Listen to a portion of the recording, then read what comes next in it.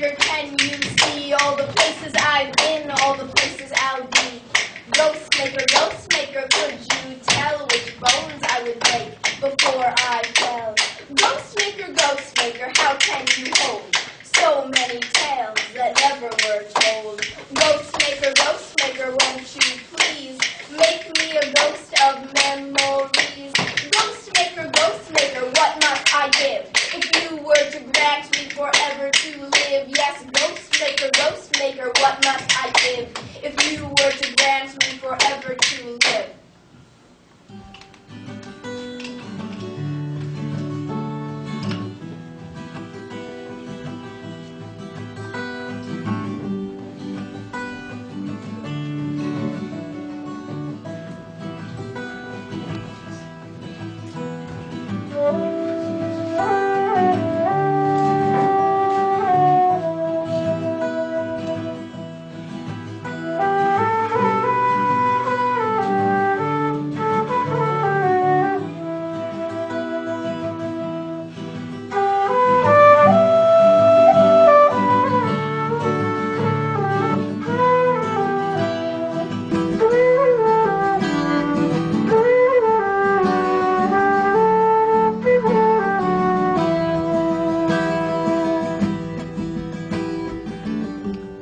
Before factories wrung women dry, before motors spat stitches into fabric like steel surgeons, before tailors went hungry, there was needle and there was thread.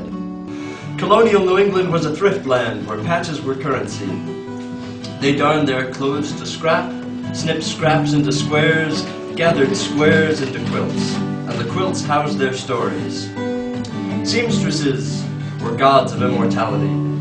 They fused estranged edges, embroidered unwilting flowers, they elongated life and resurrected. They returned the dying to health, and when all had burst to rags, they conjured a quilt. My name is Hero, and I'm a seamstress of the modern age, of pickup trucks and telephone lines, the child of satellites, of binary. I was given this name so I might know my own strength. Let's begin with a study of Hero Henderson. As a child, Hero was never afraid of visiting the dentist or getting shots or removing splinters. However, she once cried her eyes out when her family traded the old living room carpet for a new one. Her mother and father used to tease that taking out the trash was to Hero a tragedy. When she turned 14, she received a sewing machine for her birthday. Through sewing, she learned to repair and repurpose. Nothing ever had to be abandoned. Hero had many collections through her youth. Figurines, stones, comic books. But her latest and most developed collection was fabric scraps, representing her important memories. She stitched these fragments into what would be her most valuable possession, a patchwork quilt commemorating her 23 years of life. This flannel was once a shirt that belonged to the first boy I ever loved. When love left, as it sometimes does, well, I pinned a wisp of it here. This was a picnic blanket I used to carry in my car back in high school, and, well, this is a piece of that car's upholstery. A Volvo sedan, which is somewhere in a junkyard now. This was part of my mother's wedding dress, and this was one of my baby jumpers. Her whole life was saved in that quilt. But even Hero Henderson couldn't save everything. On November 1st, when the veil between worlds grew thinnest, her house caught fire. Everything burned to ash. And it took the quilt with it.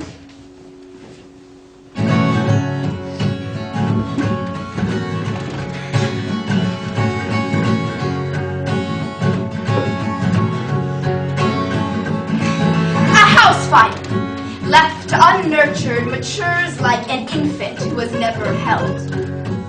As its body grows bigger, its thirst bitters, and envy drives it to engulf any touch it can find. The fire that demolished my home was born like many untended children, by accident. the stovetop, and a wind-filled curtain made electric love in the kitchen unnoticed until their offspring learned to crawl up walls. She dug hot fingers into plaster, crumpled a stack of unopened letters in her fists. By the time that I found her, she had grown too heavy to cradle. I fed her gulps of water. I said, "Child, squeeze smaller so I can hold you, please." And she said, "No, I want to swallow all the home I never had." Slipping to the hall, she found boxes of yarn, which I had often plundered for Angora. The flames licked skeins clean of their sinews, leaving only the scent of singed wool. Then the living room, where the fire cremated the rag carpet, where I often played Monopoly. She clasped my bookcases to her breast, but every book she tried to open turned to dust. As she reached my bedroom, she carved her name onto my window frame like a lonesome tree trunk lover. Left handprints on every pane of glass, kicked the teeth from my sewing machine, and finally, she clutched my quilt. My always answer to "What would you save?" My life in stitches wrapped around her shoulders. Together, they erupted into needles, into dust mites, shook into dragonfly wings, into splinters, into light. The flame daughter did not reach her fill until she had hollowed my home of its memory. I fear the ashes won't remember me. What our hero didn't know was that fire had brought her to the brink of adventure. Soon she would find herself hurled into the other world, on a quest for lost memories and answerless questions. It wasn't just the fire that began my journey. It began because, well, I'm small. The distance is tight, from fingertips to elbows, shoulders to hips to knees. My bones keep close enough to whisper. They hiss secrets to each other beneath my skin, like sisters do under bedclothes once the lights have slipped out.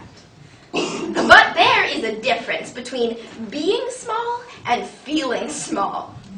And these bones speak leviathans, so bold for such minute voices. I once heard them claim immortality. Death can only catch you if it can find you, and, well, I can hide in unexpected places. In the cupboard, in the gap between the couch and the wall, even in the dryer. I know this because I checked one morning while I was folding dresses. They were warm the way that bodies are warm. That can only lead to pining, so I crawled into the dryer with them and fit. I can tuck into myself easily when I need to. A love letter in an envelope. Last Wednesday night, my house caught flame. I waited 2 weeks in a cheap motel for smoke silence, for the neighbors to stop staring, for the hose water to return to the soil. At last, I sensed quiet, and I rode the city bus to where the building once stood. It was buckled and burnt and breathing soot into the breeze, the wind, roof sunken like an eye socket. I circled the wreckage like a vulture over carrion. Wind combed the ash, fine-toothed into the air, and it hovered there like an apology does before leaving the throat. I'm sorry. I'm sorry. There is nothing left for you here. But this is when I heard the ticking. It began soft, like the sound of shears snipping satin, and then it grew bolder as I rounded towards the back of the building, a ticking, hollow as a heartbeat. I followed. I ducked inside the cage of what was once my living room, and there, amidst the rubble, stood a grandfather clock.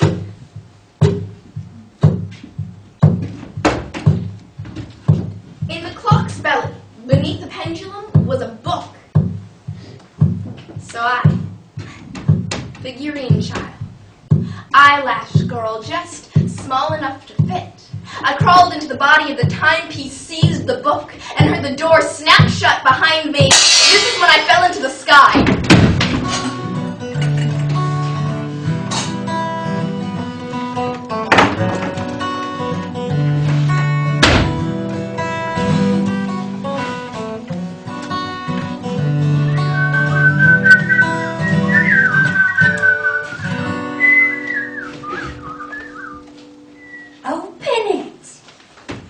Hello? Open it. Look down, Numpty, the book. You're doing it wrong. What? Who are you? I can teach you to use it, dearie. My, aren't you an ugly little morsel? Hey. Some mud will do you good. Excuse me, but where am I? No. Questions are not free here. Everything comes at a price. A price? We will make a deal. I will tell you 3 secrets. But first, I get to ask a question of you. And you must answer with the full truth. Agreed? What do you want to know? What have you lost? What kind of question is that? No answer, no deal. Ta-ta! Wait! My house. It burned down. Kitchen fire.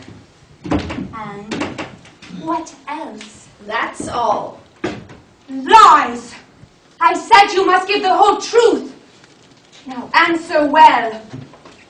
What have you lost? Sometimes there are things that burn and we burn with them. Don't think I can't smell the smoke, dearie. Now tell me, what sparked in that house that made you burn with it?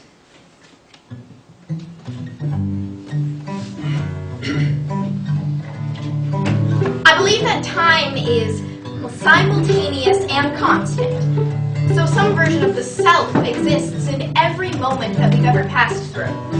I am now talking to some sprite in God knows where. But I'm also 4 years ago on my back porch kissing someone goodnight. And I'm 6 months ago in a tent behind Coolidge Pond. And I'm an hour ago circling a broken house. And all of these memories, they keep on, well, living as long as they have somewhere to tether. Until the fire, I had all of mine pinned down with careful stitches, square by square, into a patchwork quilt. But what happens when the space a memory inhabits burns? Our many selves are uprooted. They have no home anymore. Now I will tell you about your pretty book. What is it? This is the book of questions. Ghostmaker, Ghostmaker, can you see all the places I've been? I know that rhyme. We used to sing it on the playground as kids. It's a clapping game. This is no game.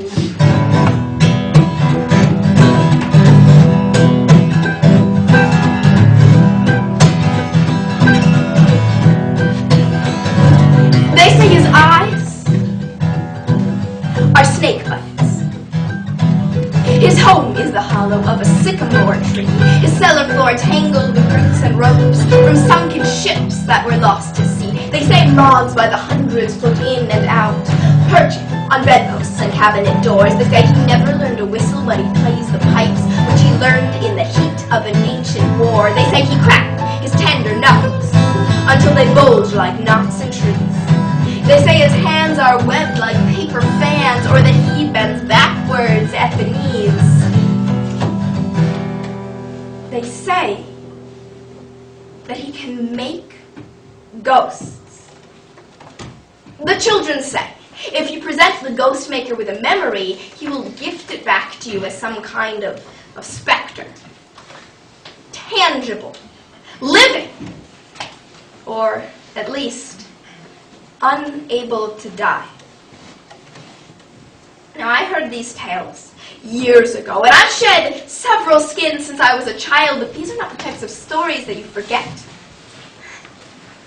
Nostalgia feels enough like a living creature. But oh, if I could teach it to waltz, shake its hand, kiss it even. Memory is a slick trout. Let me catch it, sink a hook, drag it close to me until it stops its thrashing, snap it still. I would slit open its belly and peel out the spine. Listen, dearie. I will tell you 3 secrets. 1. There is a man in this world who can transform endangered memories into ghosts. Like me, the Ghostmaker also deals in questions. You must gather a collection of questions to offer him as payment, and only then will he make a ghostie for you. Any questions?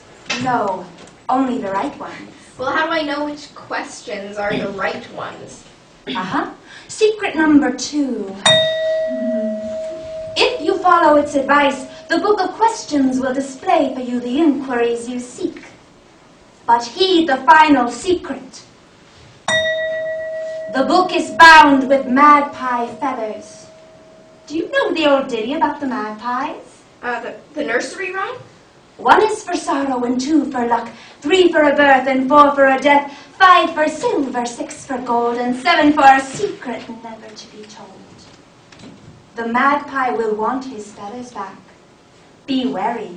Stealing is a magpie's sharpest skill. He will come looking for you, and if he takes the book of questions, you will never find what you seek. Ta-ta! Wait! And so, Hero set off to find the Ghostmaker and gather the questions required to pay him, sure that if she succeeded, she could resurrect her quilt, and with it the memories lost in the fire. Meanwhile, on the far side of the other world, a young magpie by the name of Omen dreamt his lost feathers had been found, and he began a search to take them back. There was a time when he could shift at will between man and bird, but one night his wing feathers were plucked from him, and he became trapped in human form. Until he reclaimed the stolen pieces of himself, he could never return home to the sky.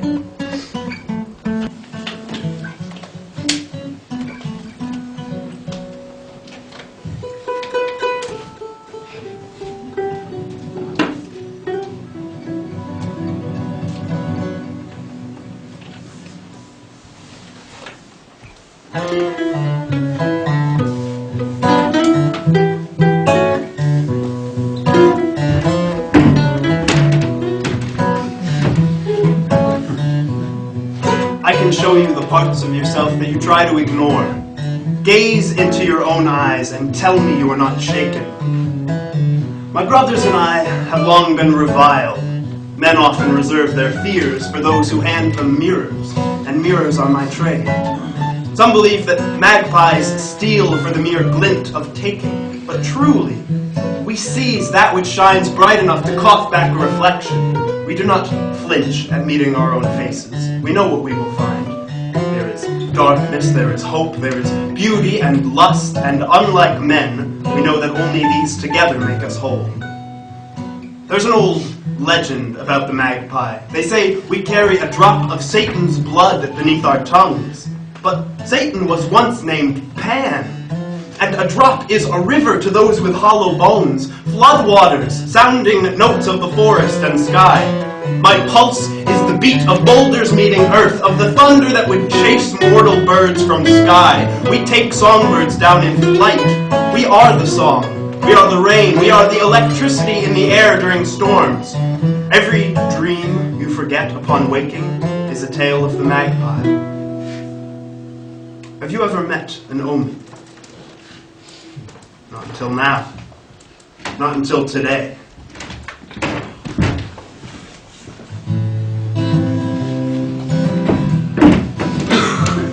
How to read the book of questions. 1. For sorrow.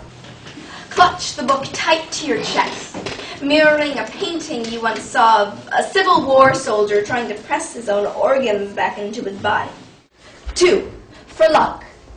Balance the book on its spine like a tightrope walker poised above a canyon. 3. A marriage. Let your hands drop.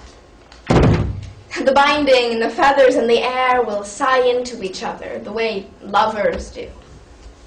4. For a death. When the page is still, allow yourself to be shaken by the silence. Every flight has an ending. 5. For silver. Observe the girth of the moon. If it is full, feel how it tugs your blood with the tide. If it is new, note how it is to be free. 6. For gold. Become a lion, for only the brave seek questions without the promise of answers. 7. A secret never to be told. Lean in close. The book will have fallen open and landing, and it will display instructions to your next encounter. Only after you follow its advice will you be granted a question.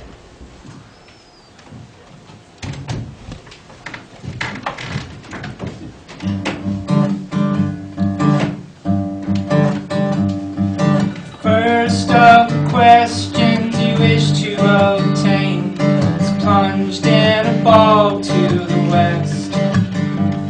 Their brothers away who though musket ball slain will help you continue your quest. When life prematurely is plucked from the lips of a youth who was meant to keep living, if not buried or burned after death takes its grip, the earth will return all forgiven. A new creature birthed from the form of the dead, and this beast is a revenant gold. There's no need for water, for rest or for bread.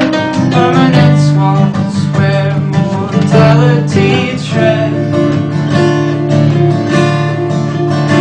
The youth which was lost has been resurrected. All human faults are resolved. Be quick and track them like a wild dog, to seize the question waiting in the ball.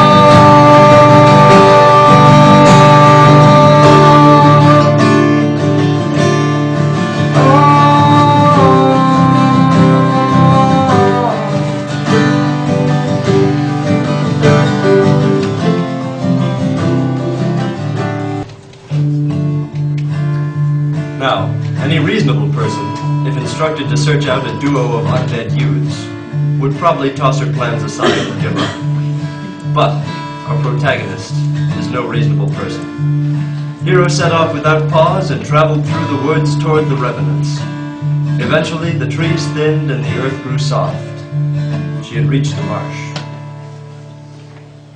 The Hitch brothers are a century dead when I meet them. And still handsome. 2 Yankee farm boys sent to war. They were learning to die when other young men learned to quiver into women and shudder whiskey from bottlenecks. Bullets bit them one November, just before the first frost, as they crouched in a marsh, their bayonets trembling like tulips in rain. As he buckled, George thought, I'll never taste strawberries again. Edwin thought of footprints and snow. The earth was soft, and the brothers sunk into the sediment. This is how they became young forever. A bog has a unique chemical makeup. It's highly acidic, low in temperature, and lacking in oxygen. And due to these factors, a body buried remains in nearly pristine condition. It will never return to the cycle of rot, fertilization, growth. Yes, when I meet them, the Hitch brothers are already statues, laminated into their own bodies, married to the bog like insects to fly paper. But George shakes my hand, civil as you please. They're just Boys like any other, but with a different kind of luck. Now some battles you win, and others you win by losing. George and Edwin Hitch lost dearly to triumph over transients. We don't kiss girls behind the silo anymore. We don't remember our own mother's face. The marshland is our mama now, but perches in the backs of our throats.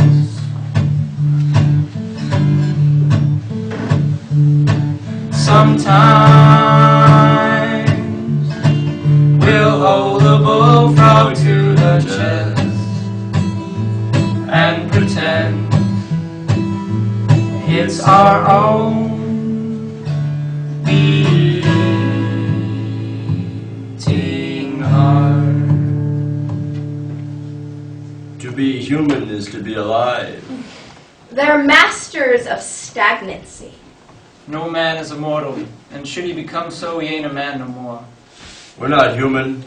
We're revenants, bog bodies. Sometimes the act of preserving doesn't save anything. It creates something new. It's been a long time since we had a visitor. Why don't you stay a while?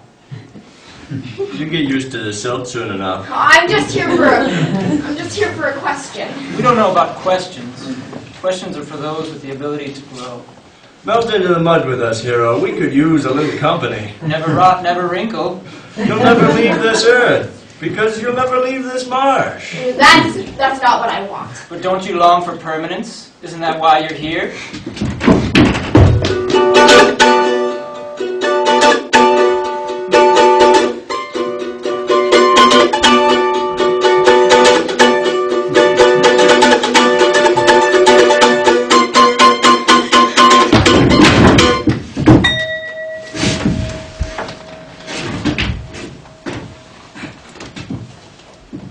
Can transformation lead to preservation? Or will it fail?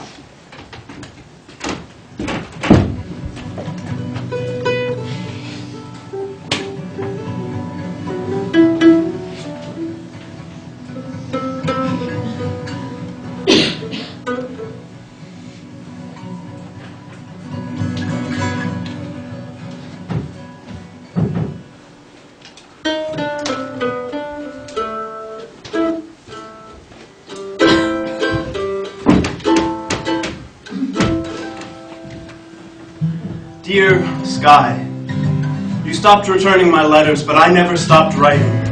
In flare guns, chiseled into cannonballs, screeching from lighthouses. I have been writing you love letters since you left me. I have been tying keys to kite strings and waiting to be singed so that my calls may meet you as smoke signals. Heat rises, even if I cannot.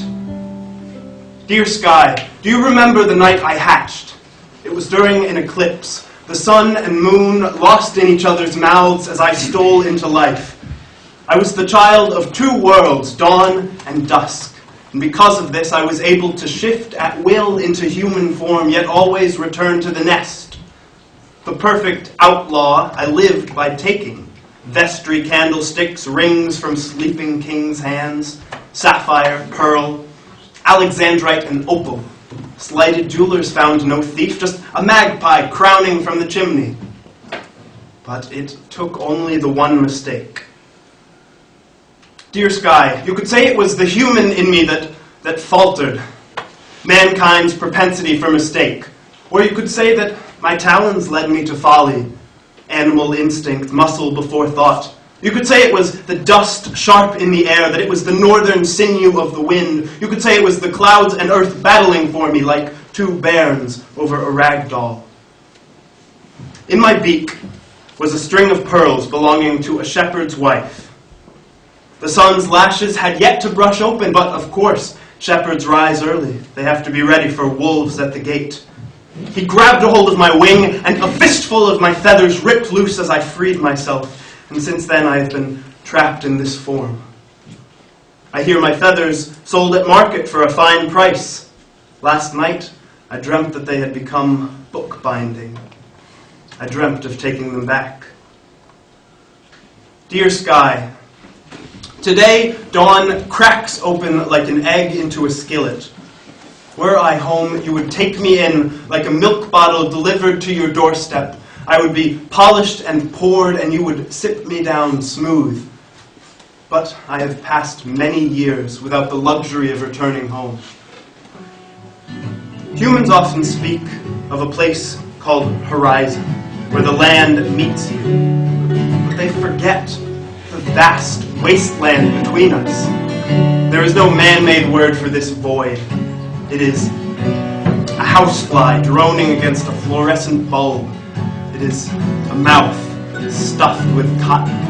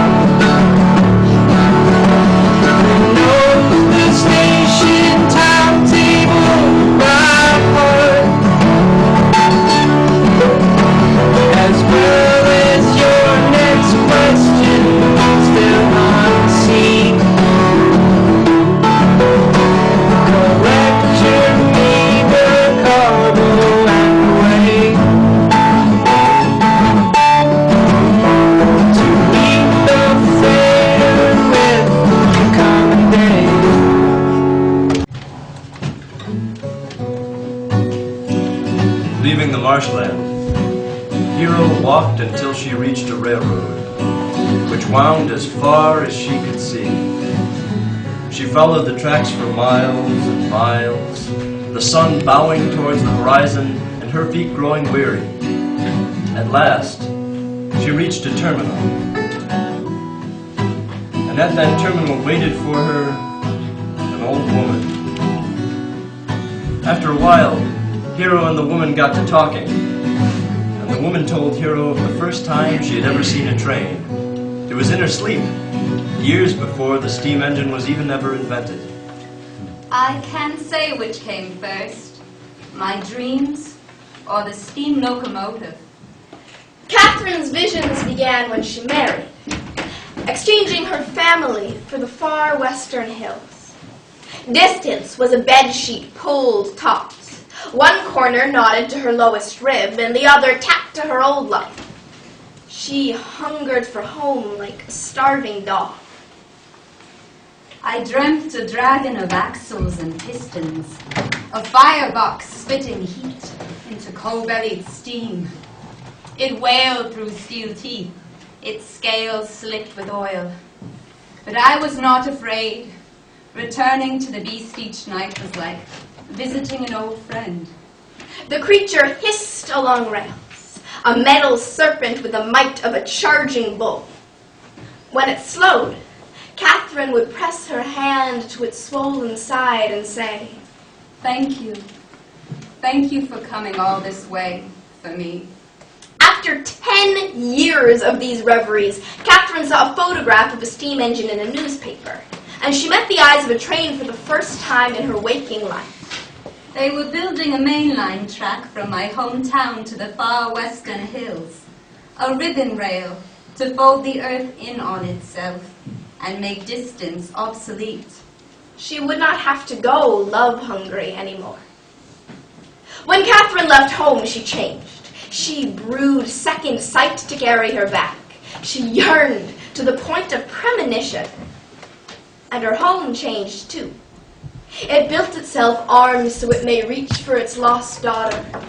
The two strained for each other like palms do as they ready to meet in prayer. Home will always find a way. These days, Catherine's favorite sounds are the howl of a freighter and the hum of hot tracks in the wake of a departing train. A lullaby. A promise.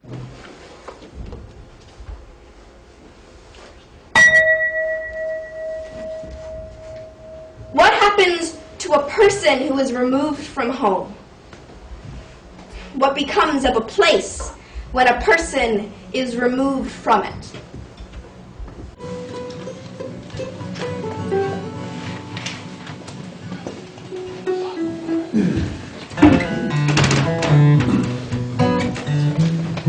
I am learning the language of Pangaea, the tongue that the continent spoke in bed before Atlantic became a cobra in the sheets. Back then, there was no divide. Earth's 7 land masses were still one, and they called this place Pangaea. Pining had yet to meet invention, since there was no such creature as distance. Just Pangaea, the prettiest girl at the dance.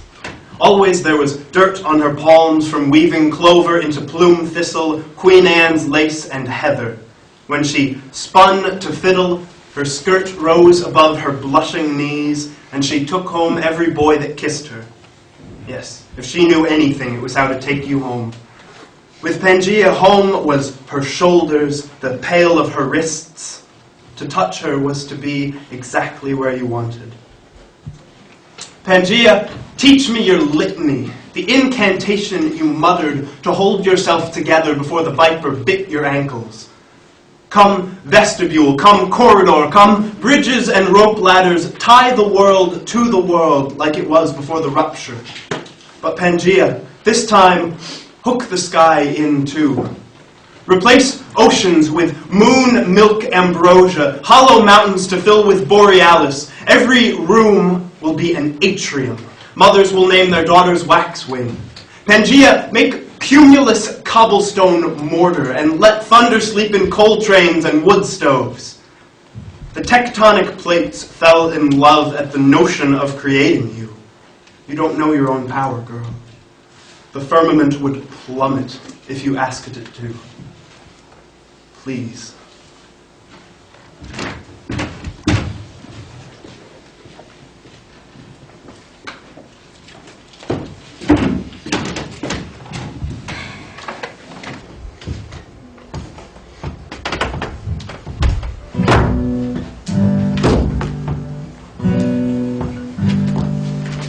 Your final query, your final doubt will not be tracked or sought. It will present itself with pride to seize your throne and slow your stride. Till in it claws your cause, in it claws your cause. The magpie comes with talons raised to fight for what is his.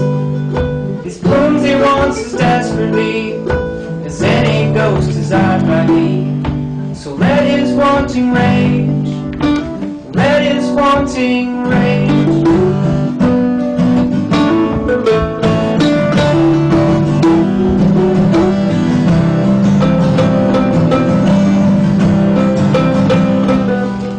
Oh, bid adieu to the setting sun, and honored coattails wait, as he who hunts you like a hound will find you waiting.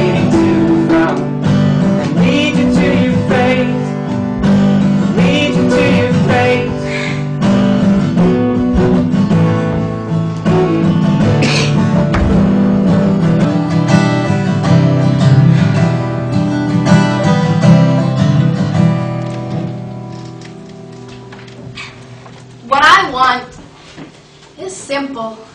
I wish that more of the world were made of corduroy, gauze, twill, and poplin, because these I know how to stitch together. I wish I knew what became of the stories that we leave behind. When my mother was a child, she was afraid to eat steak. As she chewed, the meat would fatten in her mouth, and it would plump up into her windpipe and press against her lips. She'd have to spit into a napkin to keep from choking. I have spent so much time with my teeth in these stories, plumping them up with my molars, rolling them under my tongue until they bloat too thick for my mouth.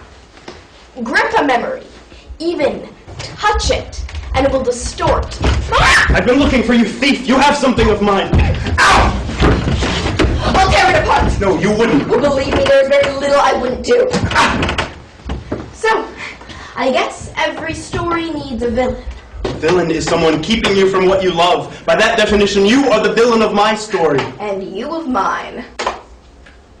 Do you know of the Ghostmaker? Yes. Do you know where he lives? Yes. Bring me to him, unharmed, and I'll give you the book. Make even the slightest move otherwise, and I will slice straight across the feathers.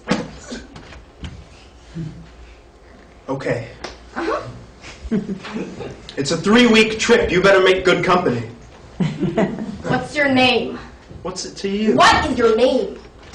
Omen. Yours? Hero. You're kidding. Nope. So, Omen, what exactly are you prophesizing? I guess we'll find out.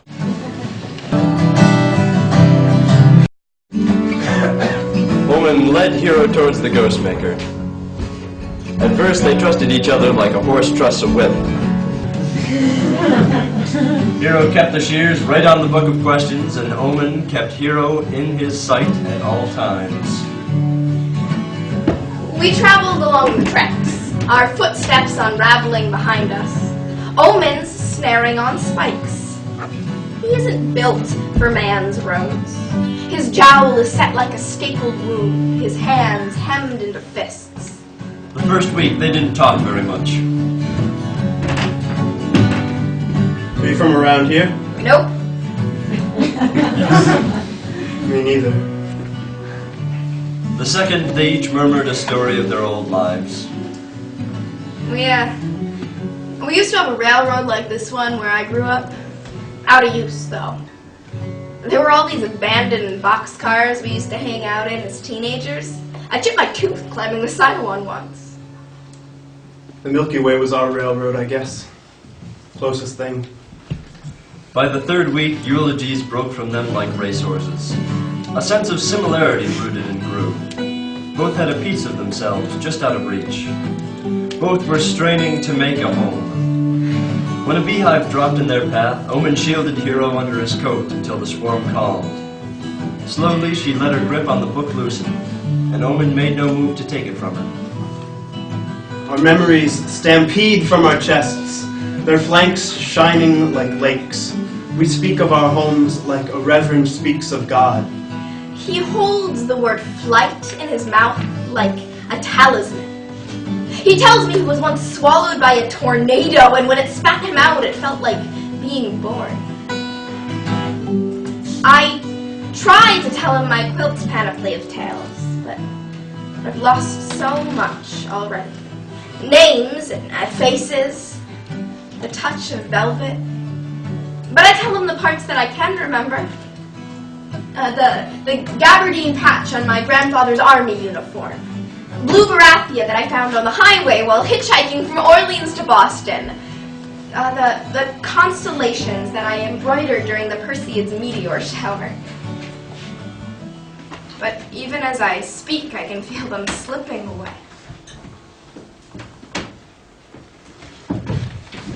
I used to understand what the stars were whispering. They spoke the same language back then. Oh yeah? Well, what did they say? Dirty jokes, mostly. Come on. No, really, dirty jokes. You mean to tell me that the stars are just up there spouting limericks. It's true. Really? Well, they sing a lot of lullabies, too. Well, that's nicer. Can I hear one? One of the jokes? No. One of the lullabies. No, they're untranslatable. Star music isn't like yours. Can you hear it now? Not anymore. Not from the ground. I am not the villain of his story. Distance reserves that honor, with its elongated arms dislocating from sockets to hold him that much further away. And my only nemesis is time. Time is an impatient child who can't sit still through dinner. No one is ever permitted to finish a meal. You hungry? Yeah, sure. You know, around here they say you can tell your fate by counting apple seeds. Oh yeah? Well, we'll have to see what this one says. Well, we've got matching even numbers. So we'll have good luck and we'll get along fine. Well, if the apple says so, I guess we have nothing to worry about. I guess not. You know, they had a game like that where I grew up too. Kids would take an apple seed and swallow it. And if it went down smooth, you said, "He loves me." And if you coughed on it or choked at all, you had to say, "He loves me not." Who's he? I don't know. It didn't matter. It wasn't specified or anything. Well, here's a seed. You want to try? Sure.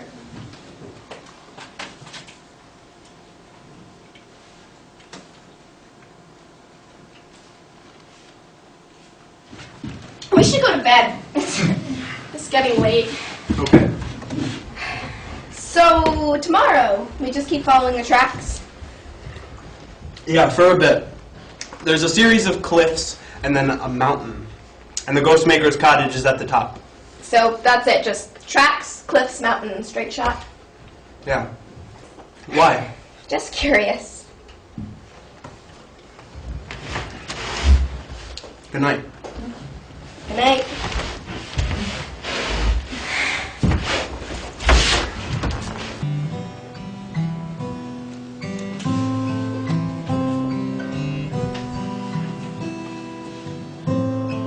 Some nights, you will not sleep. You will boil awake in the heat of a second body resting. You will watch it breathe. Your eyes open and thirsty like a beggar's cup waiting to be filled. The thought will come to you like wool being felted. It will begin shapeless, just a cloud of strands, but as you prod at it, it'll coalesce into something tangible and strong. A realization. When what you desire strips someone else of what they desire, you are doing everything wrong. In the darkness, you are invisible to everyone but the night and yourself. Your guilt slips a note into your pocket, and you can read it despite the din. It says, "You have made a promise you know you cannot keep."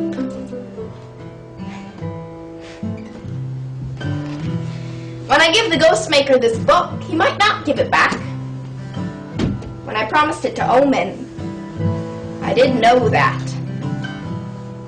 And well, when what I desire strips someone else of what they desire, a choice has to be made.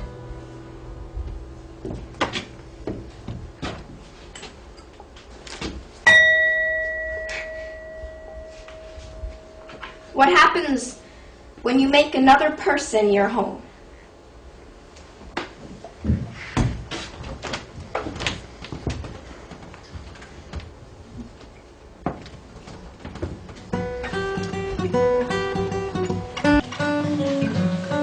Hero fled from their campsite before Omen awoke, leaving the book of questions and Omen's feathers behind. She traversed the final stages of her journey alone, She would arrive at the Ghostmaker's door empty-handed, but she was determined to at least meet the figure she had gone through so much to find. Perhaps, she hoped, he still might give her a ghost.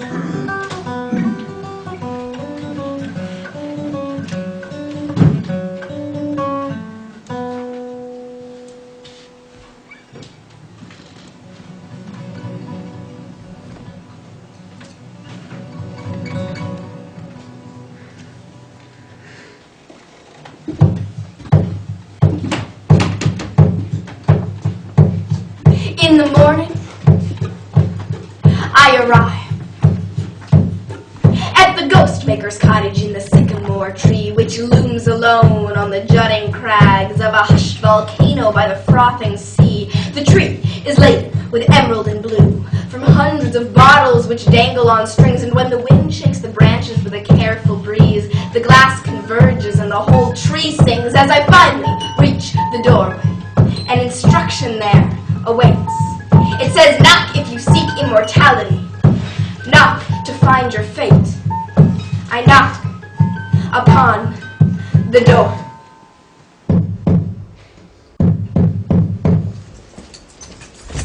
Might I help you? I'm Hero. A pleasure to meet you, my dear. Just an absolute pleasure. They call me the Ghostmaker. And I can only assume that you are here in hopes that I can procure for you that most sticky, squirmy, finicky of creatures, a ghost. Yes, see, I have this quilt that I lost. Say no more, say no more. Come, come, come. Well, there are so many moths. Just like the rhyme about you says. These moths are all stories that were not saved in time. You see, when you die, all your loose memories sprout wings and come here. These are people's memories. I do enjoy the company, but, you know, keeping them out of my slippers and cereal boxes can be quite a nuisance. One does feel awfully bad when mistakenly squishing someone's favorite picnic or wedding day underfoot. Dying is a terribly morbid business in which I have chosen not to partake. I have no idea why it's so popular amongst everyone else. Speak! What? You have my time. You have my attention. Now speak. Tell me about this ghost you want. So, I had this quilt I was working on since I was a little girl, and every square had a different memory attached to it. Well, I lost it in a fire, and well, now that it's gone, I'm afraid that all the memories are going to end up like these moths. Yes, yes. Have you brought my tribute? You mean the Book of Questions? Certainly. I don't have it. You came without a tribute? I cannot make you a ghost if you haven't bothered to gather any questions. You have wasted both our time. But I gathered your questions. I gave the book away. You gave it away! Why ever would you do that? Someone else needed it more. You gave it away. Gave the book away. Well, what a singular decision. Sorry, I thought I'd meet you at least. You dared to give the book away with all the inquiries you collected because someone else needed them more. Sorry, I didn't mean to waste your time. How delightful! What a perfect tribute. Perfect tribute? Oh, yes, yes. Self-sacrifice for the good of another. Quite honorable and worthy of a good handshake. And a pat on the back. Nice. Now, do you remember them? The questions, that is. Yeah. Well, recite them and that should do splendidly. You'll make a ghost for me? Absolutely, dear girl. Thank you. Now, carry on. Thank you. Carry on. 1. Can transformation lead to preservation? Or will it fail? 2. What happens to a person who is removed from home, and what becomes of a place when a person is removed from it? 3. What happens when you make another person your home? What a wondrous bunch to add to my collection. Do you know the answers? Of course not. And now, without further ado, may I present for your nostalgia and enjoyment a ghost.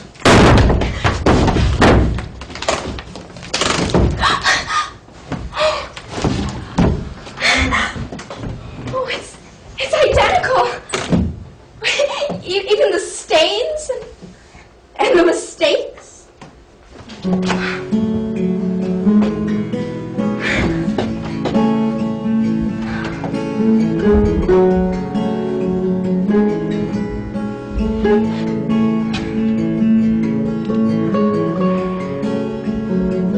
The problem with memory is that it has no body of its own, so it must inhabit yours instead.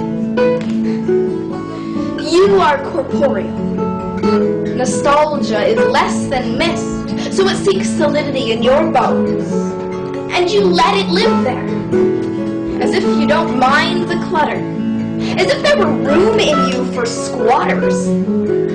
But you are not a blue whale with a heart large enough to walk through. What memory forgets is that, well, physical doesn't mean lasting. Memory is just renting this room. And like any resident in a mortal body, it will be evicted one day. This is why I learned to sew. Bombazine, crinoline, linen and lace, poplin and twill and corduroy, these are the tools of exorcism. A whip stitch to pluck out my stories and give them their own body. One they will never have to leave.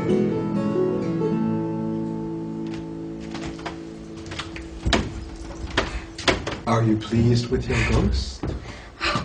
Oh, yes. Yes, thank you. Truly, it's perfect.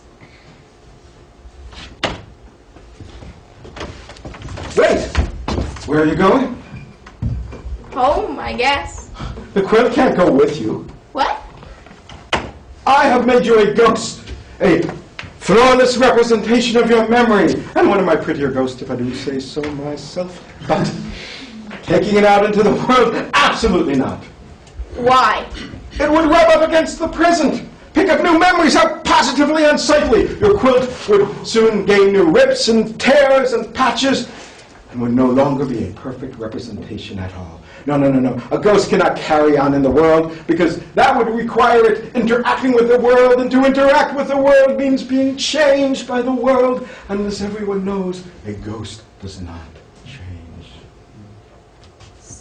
So you're saying I have to leave it here? Naturally. Taking it out would spoil it.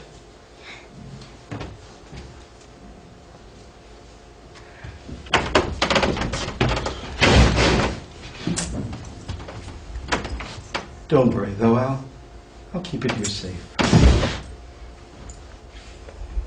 Or you could stay here too. People often decide never to leave, but to remain here with their ghosts. Trade my whole life for a memory? I can't do that.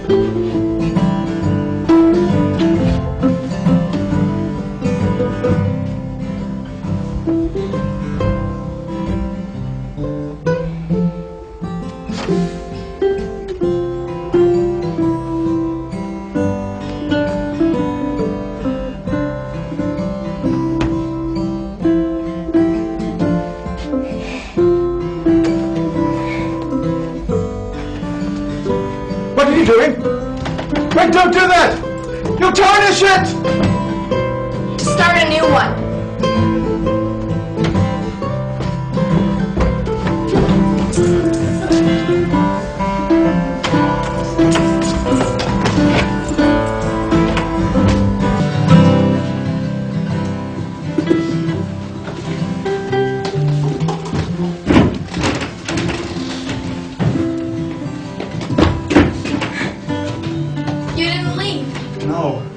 But you did. You needed I this. saw the What? Ghostmaker. Did you bring your quilt back? Yep. See? Proof. I left the rest behind. Hero, why? It was time to let go. But Omen, you should go home. At least one of us can. Some nights you will not sleep. You will boil awake in the heat of a second body resting. And some nights you will drink wine straight from the jug. When the bottle is empty, you will drink each other down like the drunks that you are. There was never a need to ask his name. You already knew it. It was the chant that every monk utters in prayer. You will be a fawn, and she a hunter, both suspended in the moment of an arrow in flight. When you collide like cymbals, you will shudder into petals. Her dress will shed like snakeskin, her belly as pallid as the moon. They say that a blue whale's heart is wide enough to walk through. Some hearts were built to be homes. They say that in the beginning, every story came from just one. This is why you bask in your loving, to recall a world with only one tale. You'll sew yourselves together the way you would fix a tear. The seam, clumsy as a scar. You will cast your sorrows aside like an old pair of shoes which no longer fit. You will drop the stones you've been carrying. Oh, you are weightless. You will remember. You will remember how it feels to fly. You will remember that every memory begins like this. Like waking. Like slicing fruit. For a moment, You will forget which home you are supposed to be missing.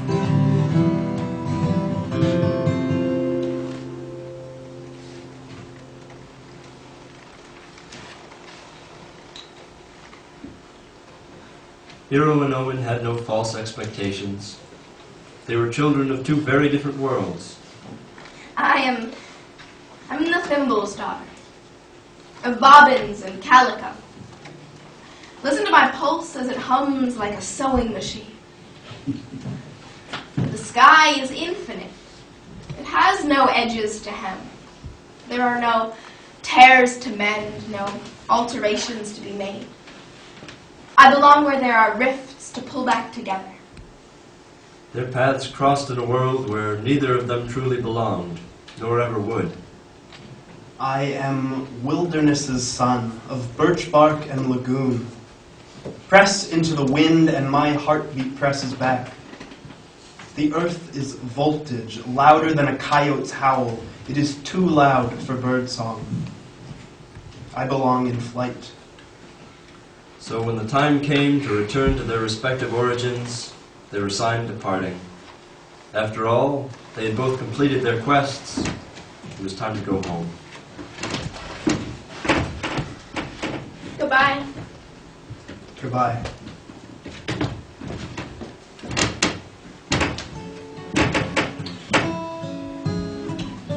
Carrion will replace my name one day.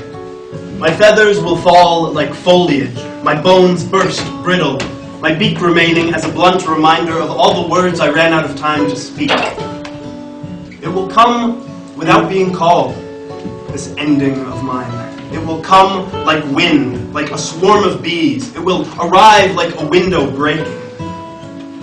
There will be no marble monument when the forest reclaims me. This is my promise, the proudest gift that the forest can grant me. I am ephemera. Because of this, I am free to live any flight I fall into, to grip the moments for the happiness they harbor, not for the hope of preservation. Nothing is more freeing than impermanence. Thank God for this transience. How else would I conjure the courage to fly? Living is the eye of a storm. Shadow raging before and after, but from here, we can see the sky. Return to me, wings. Sprout from my shoulder blades like kites. Lift me loose from the labyrinthine roads of man. Lunar bows are strung taut, waiting to be plucked. Azure aches in my plumes. It is time to return to the zenith. Gratis and Nimbus beckon me back. My sister Venus is waiting. I yearn to view the clouds from above. Oh, wings, how you rise like a cannon blast, your echo trembling down the crags. Take me to Empyrean heights, pull me towards the ether, carry me home to my sky.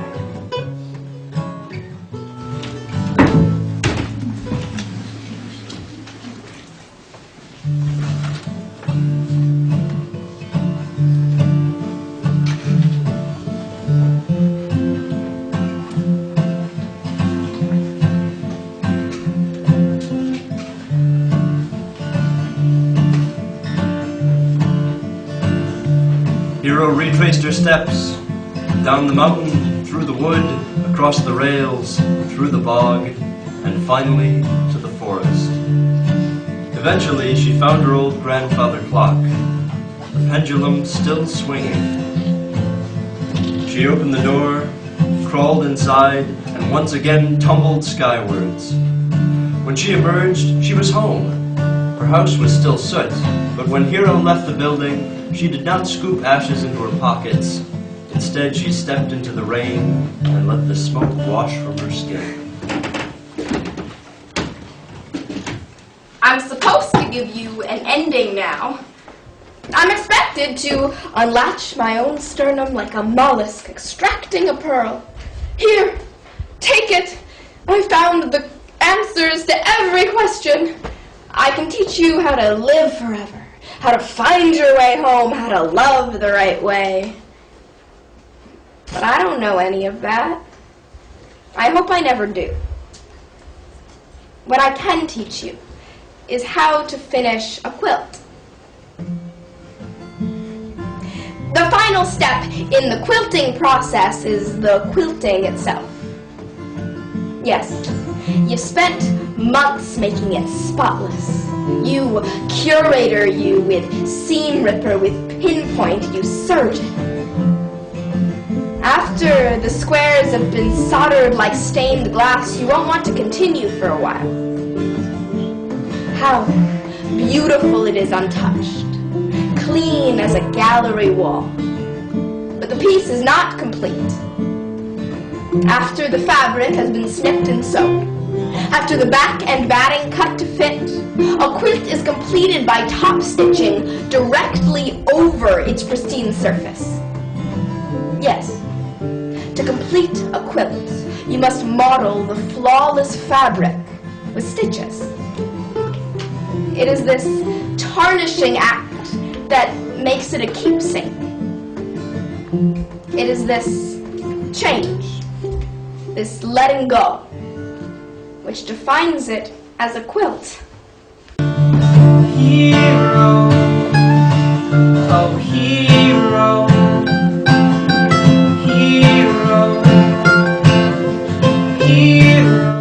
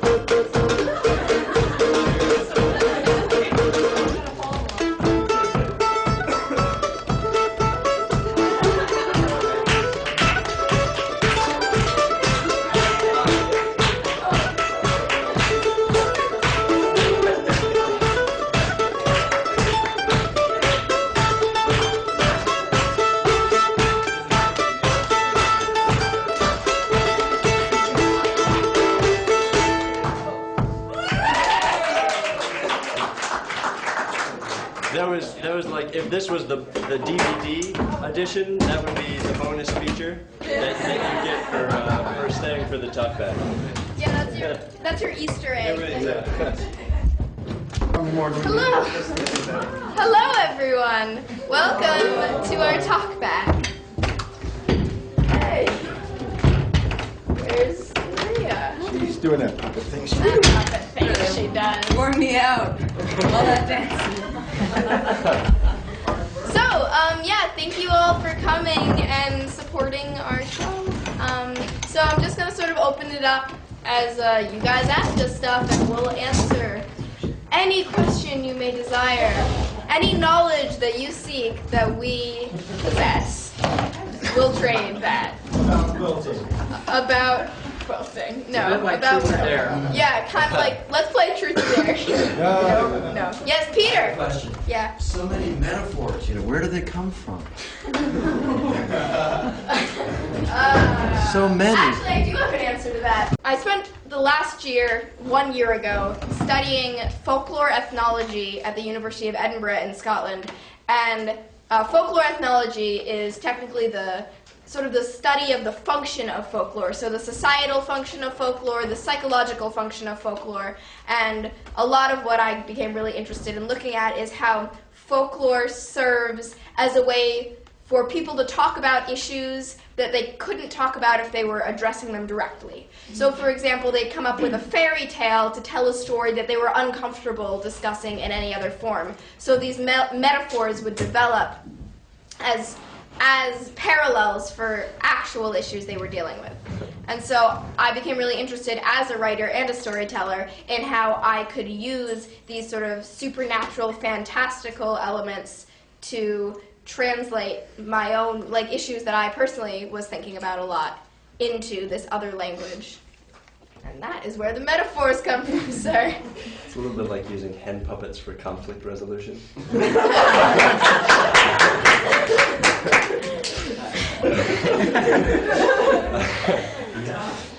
Sarah? One of the things that I'm fascinated by is the interweaving of so many different elements with the shadow puppetry and the story and the music. And I'm just wondering if you could say a little bit about sort of what the seed of this was and maybe how you, what the sequence was of adding all the different elements to it as a performance.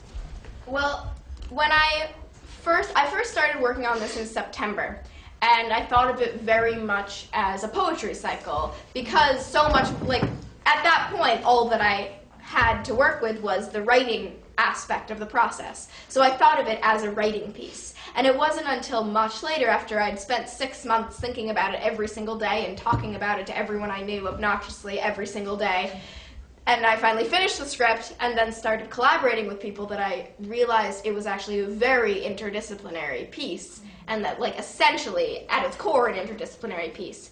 And I mean, when I was first writing it, I always knew it was going to be for performance. And I knew that I wanted to have folk music and folk art integrated in some way to be, cohesive with the general ambiance of the writing. And the first time I thought about bringing shadow puppetry in was when I saw a show at Sandglass that used shadow puppetry in a really interesting way I hadn't seen before, and that kind of kickstarted my idea, because I knew that I wanted to be able to make the show itself compact, like a physically compact space on a stage, but I wanted to be able to create a mystical, fantastical world. And it seemed like shadow puppetry was the perfect way to do that, because it was two-dimensional, but it had this sort of air of magic and mystery to it that I was looking for, and could create characters, could create sets, all those things. And then when I started working with Maria during the production process, she did a beautiful job bringing that to life. And so, yeah, they sort of started as inklings, and then as I worked with different people, they each brought their own individual expertise to it, and it grew into being highly collaborative. And so the first time you thought about that was at that Annie and Elizabeth show? No, it was we'd already I was performed going to say, that. that was a really quick turnover. Yeah, we'd already performed this by the time I saw that. The first show was what was it called? The Blackbirds of what? That one, which is during the Puppet Festival, and it was at the New England Youth Theater. It was a beautiful show. But But yeah, and then I saw another shadow puppet show that some people from, some of the interns from Bread and Puppet were touring with this little compact shadow show that they did as a house show, and it was so cool. And so I talked to them, and they gave me some pointers, and then kind of went from there.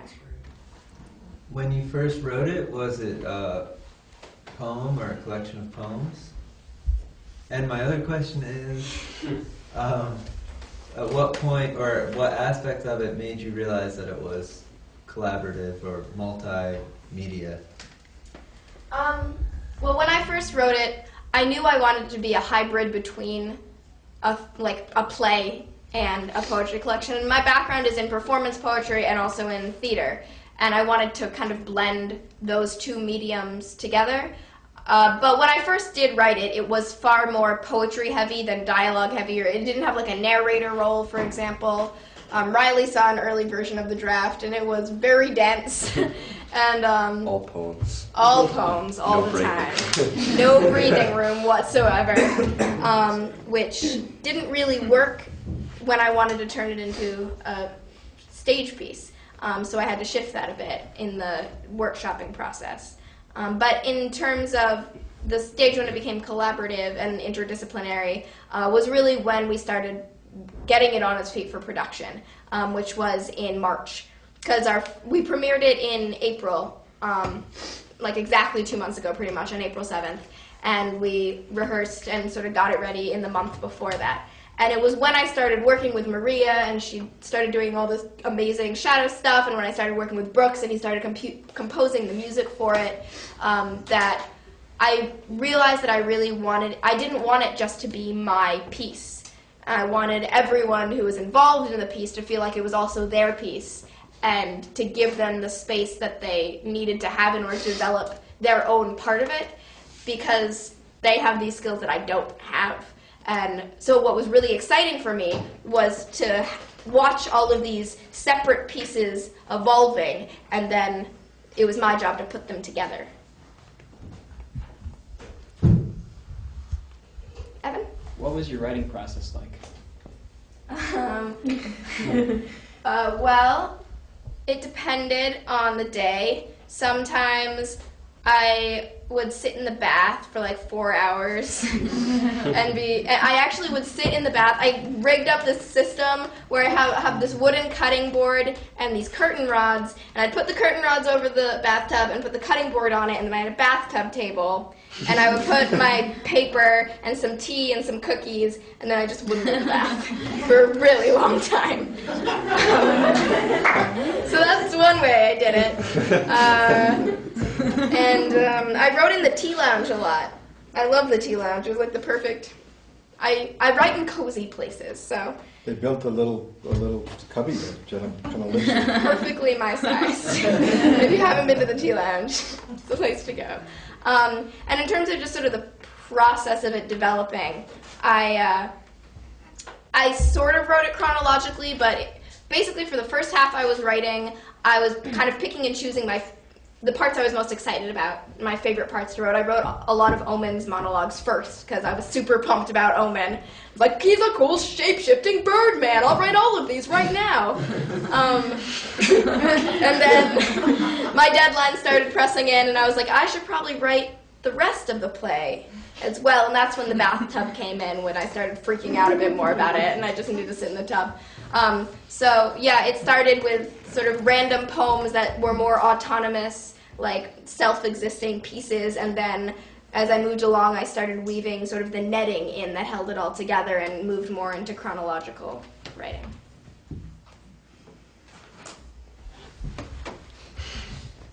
Anyone else? I'm so impressed with how much you memorized. I mean, like, so impressed with that. I'm impressed with everything. That's a piece of It was easier for me to memorize stuff because I wrote it, so I'd already been thinking about it forever. But, yeah. Did you experiment? I was particularly drawn to the beginnings and end where you were doing the rapid, like dealing. Did you experiment a lot with cadence and like with the rhythm of it, like at the end where it was almost like a rap, but it was a very beautiful one. You know, where it went quickly according to, I mean, it sounded like you were collaborating with him, according to like the beat, or maybe you were thinking first and then he. Yeah, I wrote those sections in meter. I wrote them specifically to have a rhythm and specifically to be over a beat. And then Riley's just awesome. And Brooks is just awesome. Well, you had the bones on the first one. Oh, well, that's true. Thinking about the bones. But yeah, these guys are like musical geniuses, so they just sort of hopped in there and had it down. I don't know about that, but... I know. Soak it up. You know about that?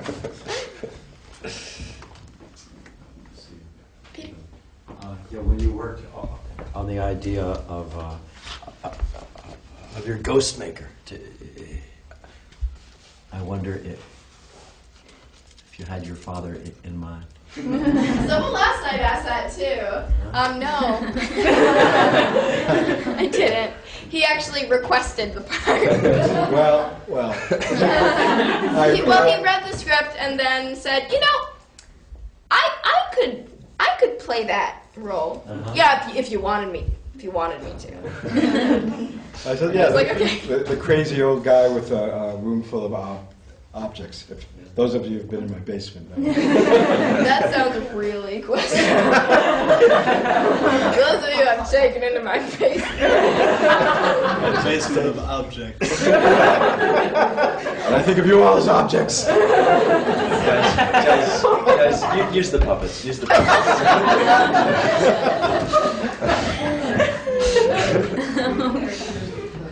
But yeah, actually that role was originally condensed. I wrote it so that it could be performed with 4 performers instead of 6, so that the musician, the narrator, and the Ghostmaker could all be played by 1, which, in case I decided to tour with it, that way it would be more compact. And then when I realized I'd sort of be keeping it more rounded, at least for the time being, I expanded that, and I expanded the roles into each individual. Yes, it's nepotism, Peter, if that's what you want to know. I just wondered how it felt, Michael.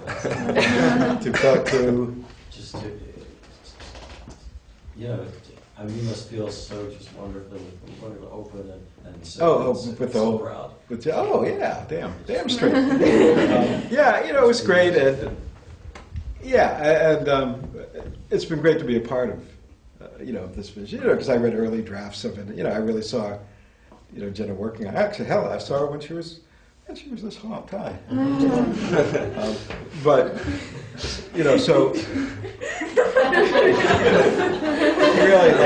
really like that.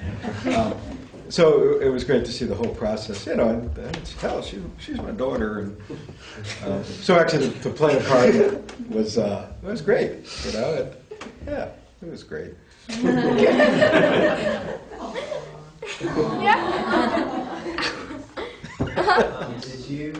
I'm going to try to save you guys with a different question. Did you come up with the Ghostmaker concept, or did you draw on mythology? The Ghostmaker concept I did come up with, but there are a lot of elements in it where I did draw from mythology. I tried to blend a combination of Scottish folklore and New England folklore. So, like, a lot of the things where I drew from actual tradition are like little tidbits that are sort of thrown in. Like, Clark has a line about an old legend about magpies having a drop of Satan's blood beneath their tongues, and that was something that I'd read in my research, like my folklore research about magpies. And then the Maria's sprite character that asks questions was based on a legend about this sprite character that will answer any questions for you if you answer questions for her or something like that. So I had all these little tiny things from different traditions that I wove in, but the overall story arc and then the concept of the Ghostmaker were my own creations. And I did base the framework of the play as a whole on Joseph Campbell's hero cycle, which it's from the book The Hero with 1,000 Faces by Joseph Campbell, who's a myth theorist. And it's basically this idea that every myth and every tradition is following this same pattern where the hero undergoes the same steps to get through their journey and to get through the story. And so I specifically referred back to that in order to drape over that framework. I have a question for Maria. Maria, I'm wondering, just as an artist yourself and collaborating with this really fabulous project, did you find did you find yourself creatively surprised with like any, for yourself personally as an artist, within the process? Yeah, I've just done a little bit of exploration with this medium and with using the screen as a place for the human body, but also these tiny puppets to be projected. So that was kind of a new frontier to explore, and I really was humbled by the process and didn't really know if it was going to all kind of work out. And so there was a lot of discovery, and in terms of construction too, that was a really interesting and but constructing the puppets and figuring that out. And then creatively too, I think Jenna, as a director, also had a lot of creative inputs and had a style that she was going for, and so I think we nicely balanced each other out, because there was a kind of a night, she wanted to go with something that was very simple and paper cut, and I'm usually somebody that sort of convolutes things and creates like a jungle of textures, and so it was nice actually feeling a little tempered by the simplicity and of what she was looking for. So that was nice. And I just have one more question for you. Mm-hmm. The sprite was awesome. And it was really exciting for me to see you as an actor. Oh. And how was that for you? I really appreciate having a screen between as the people started to gather and I heard the voices, I was like, I'm not going out there. No way. I'm staying right back here. Good luck, guys. But how was it? It was interesting because sometimes there wasn't a lot of transition to get into the character, and then I was holding a lot of other details in my mind, which. And so sometimes I would be holding all these other details as a puppeteer, as manipulating the visuals, and then I'd have to just sink into the character, and it would just pass me by so fast that I hardly knew if I really essentially portrayed that character. So it was also fast and furious usually during those moments. But I have to say too, when I was reading the script, I was like, listen, dear, ooh, I like this. Listen, dear, I like this. And so I started trying it out. I was like, I wonder what she'd think about maybe me doing this. So I was really pleased when she said, yeah, that'll work. Great.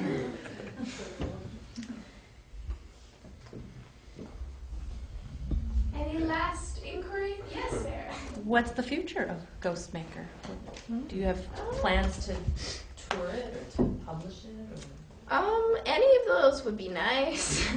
I don't have any immediate plans for it. I'm going to be traveling for a while, so I'm trying to figure out if there's a time when I would be able to fit in a tour with it. And we did design it specifically so that it would be tourable. When we first performed it, even the lighting was compact. We just did it in a boardroom, and we had side lighting on PVC pipes. So we made it so that if we should choose to travel with it, we could.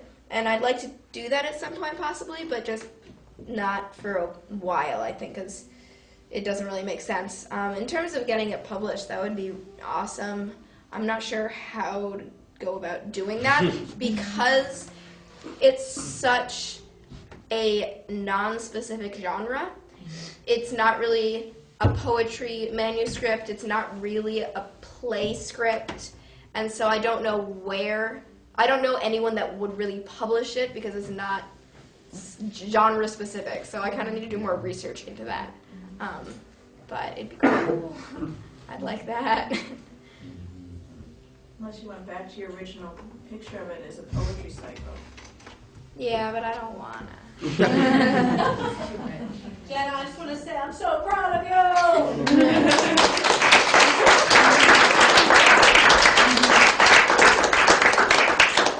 Well, thank you all for coming out and having Have a lovely evening.